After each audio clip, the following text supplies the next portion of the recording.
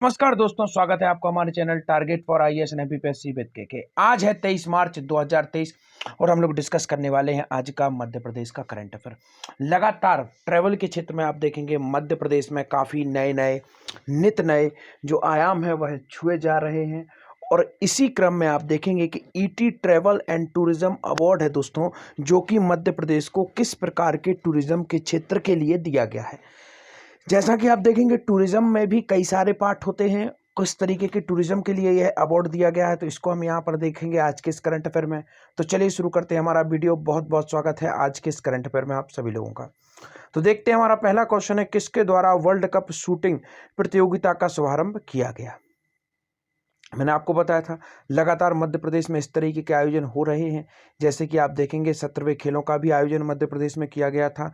हाल ही में कुछ समय पहले आप देखेंगे एथलेटिक्स जो गेम है उनका भी आयोजन किया गया था। तो चलिए आपको क्रम से बता दूंगा, परंतु पहले हम इस क्वेश्चन को देखते हैं। तो आपको ऑप्शन नंबर 1 है, प्रधानमंत्री द्वारा, गृह मंत्री, मुख्यमंत्री या फिर राज्यपाल। तो मध्य प्रदेश से यह संबंधित है, इसका उद्घाटन किसके द्वारा किया गया है? मुख्यमंत्री शिवराज सिंह चौहान जी द्वारा वर्ल्ड कप शूटिंग प्रतियोगिता का शुभारंभ किया गया है। अब यहाँ पर क्वेश्चन निकलता है नेक्स्ट की जो वर्ल्ड कप शूटिंग प्रतियोगिता है इसका आयोजन किस शहर में किया जा रहा है। The most important fact is that.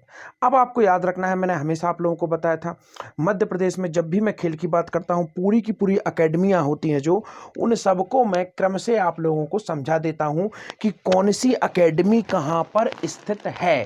तो इस फैक्ट को भी आपको समझना है और उसी क्रम में अब आपको समझना है कि जो शूटिंग एकेडमी है वह किस शहर में है। आपका ऑप्शन नंबर 1 है, इंदौर, जबलपुर, भोपाल या फिर उज्जैन। तो मैं शुरू में कहता था अगर आपको कुछ भी पता नहीं है और अगर आपसे पूछा जाता है कि यह जो खेल है कोई भी एक्सेट्रा, जिस तरीके से आप देख सकते हैं यहाँ पर शूटिंग प्रतियोगिता की बात चल रही है, तो जो शूटिंग प्रतियोगिता है यह कहाँ पर होगी? तो उस शहर में होगी जहाँ पर इसकी एकेडमी होगी। और मध्य प्रदेश की सबसे बड़ी शूटिंग एकेडमी कहाँ पर है? तो मैं हमेशा आप लोगों को याद दिलाता हूँ 2007, और उसके साथ में क्या? मध्य प्रदेश का कैपिटल भोपाल। तो 2007 में इसकी स्थापना हुई थी। शूटिंग एकेडमी यहीं पर है। जूडो कराटे एकेडमी कहाँ पर है? भोपाल में ही है। हॉकी एकेडमी 2007 में ही भोपाल में स्टेब्लिश की गई थी। वाटर स्पोर्ट एकेडमी, हमेशा याद रखना है वाटर स्पोर्ट अलग स्पोर्ट है और स्विमिंग अलग है। स्विमिंग एकेडमी कहाँ पर है? तैराकी एकेडमी के नाम से जानते हैं, होशंगाबाद। और वाटर स्पोर्ट कहाँ पर है? 2007 भोपाल में। शूटिंग एकेडमी बता ही चुका हूं। हॉकी एकेडमी आपको बता दिया है। इक्किना जिसे हम लोग घुड़दौड़ के नाम से जानते हैं, वह एकेडमी भी कहां पर है? Bhopal is the right answer for these all academy. इसके साथ ही साथ आपको याद रखना है हॉकी की नर्सरी के नाम से किस शहर को जाना जाता है? भोपाल को जाना जाता है। अब आते हैं जबलपुर। 2013 में कौन सी एकेडमी यहां पर स्टेब्लिश की गई थी?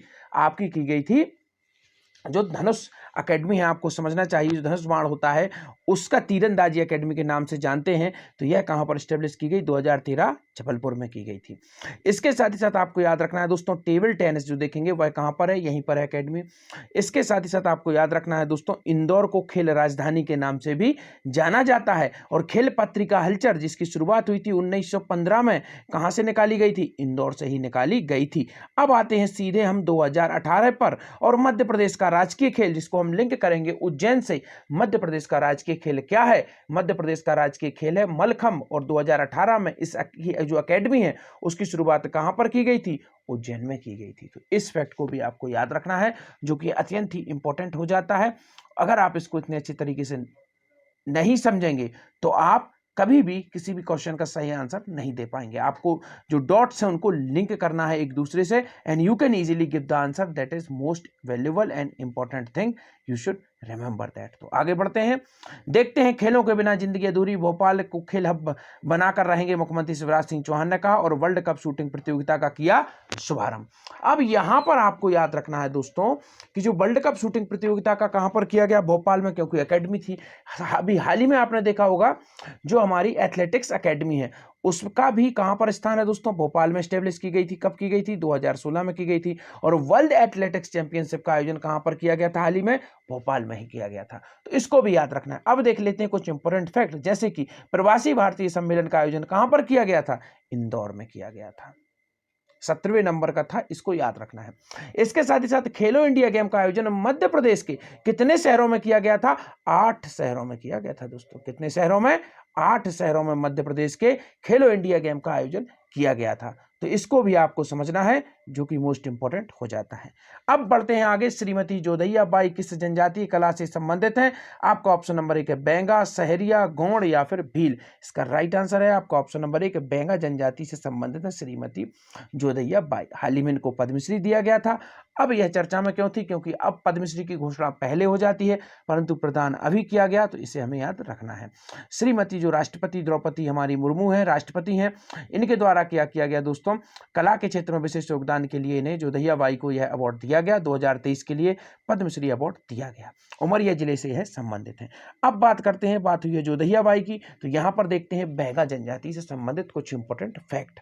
इनके द्वारा जो बेवार नामक क्या की जाती है दोस्तों? कृषि की जाती है, जिसे हम लोग स्थानांतरित कृषि जानते हैं। जो बेगा जनजाति है हल नहीं चलाती, क्योंकि यह पृथ्वी को अपनी मां समझते हैं। इसके साथ ही साथ आपको याद रखना है दोस्तों, मध्य प्रदेश की सबसे पिछड़ी जनजातियां 3 हैं। एक है आपकी बेंगा जनजाति, एक है आपकी सहारिया जनजाति, और एक है आपकी दोस्तों कौन सी जनजाति? इसका जवाब आपको देना है। मध्य प्रदेश की 3 पिछड़ी जनजाति हैं। वीडियो को पॉज करिए और जवाब कमेंट सेक्शन में देने की कोशिश करिए। हमेशा मैं बताता रहता हूं, एक है बेंगा जनजाति, एक है सहरिया जनजाति, और एक कौन सी है जिसका जवाब आप लोगों को देना है? मध्य प्रदेश की 3 यह पिछड़ी जनजाति हैं। इसका सही आंसर मैं कल आप लोगों को बताऊंगा, और जिन लोगों को मालूम हो वह कमेंट सेक्शन में जरूर आंसर सही दीजिएगा। इसके साथ ही साथ लिंक डिस्क्रिप्शन में, वहां से टेलीग्राम चैनल को ज्वाइन जरूर कर लीजिएगा, क्योंकि आपको फ्री ऑफ कॉस्ट पूरे मध्य प्रदेश का इकोनॉमिक सर्वे टेलीग्राम चैनल पर मिल जाएगा। हाल ही में हमारा बजट आया है, वह भी पूरा का पूरा मैंने टेलीग्राम चैनल पर अपलोड कर दिया है, तो टेलीग्राम चैनल को जरूर ज्वाइन करिए। देश में फसल क्षति की राहत राशि बांटने में अग्रणी राज्य कौन सा है? तो हमारा प्यारा मध्य प्रदेश ही है, तो इसको भी याद रखना है। फसल क्षति में जो सबसे अधिक जो राशि बांटने वाला राज्य है वह मध्य प्रदेश, और गेहूं उपार्जन में नंबर 1 राज्य कौन सा रहा था? मध्य प्रदेश ही रहा था। तो इस फैक्ट को भी आपको याद रखना है, जो कि काफी अधिक इंपॉर्टेंट है। देखते हैं, मुख्यमंत्री शिवराज सिंह चौहान ने कहा कि देश में फसल क्षति की राहत राशि बांटने में मध्य प्रदेश अग्रणी राज्य है। भारत के अन्य राज्यों में किसानों को इतनी अधिक राशि प्रदान नहीं की जाती है। प्रदेश में फसलों का 50% से अधिक नुकसान को 100% मानकर राहत राशि प्रदान की जाती है। अब आते हैं आज का most important fact, ET travel and tourism award 2023 से किस लिए मध्य प्रदेश को सम्मानित किया गया? तो आपको ऑप्शन नंबर 1 है जंगल पर्यटन, वन्यजीव पर्यटन, हेरिटेज पर्यटन या फिर जल पर्यटन। इसका राइट आंसर है वन्यजीव पर्यटन।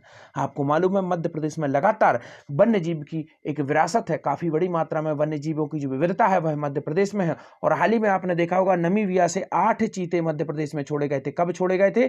17 सितंबर को प्रधानमंत्री श्री मोदी जी द्वारा कूनो श्योपुर, जो कि आपका राष्ट्रीय उद्यान है, वहां पर यह 8 चीते मध्य प्रदेश में छोड़े गए थे। फ्यूचर में जेब्रा लाने का भी प्रोग्राम मध्य प्रदेश में है। इसी कारण से मध्य प्रदेश में जो वन्यजीव पर्यटन है वह अपने विकास की उद्गति को प्राप्त कर रहा है। इसी कारण से मध्य प्रदेश को ईटी ट्रैवल के तहत यह अवार्ड प्रदान किया गया है। मध्य प्रदेश में ट्रैवल विभाग की स्थापना कब हुई थी? 1975 में हुई थी। इसके साथ ही साथ आपको याद रखना है, यूनेस्को विश्व धरोहर सूची में मध्य प्रदेश की जो एक राष्ट्रीय उद्यान है उसे अस्थायी रूप से शामिल किया गया है। उसका नाम है सतपुड़ा राष्ट्रीय उद्यान।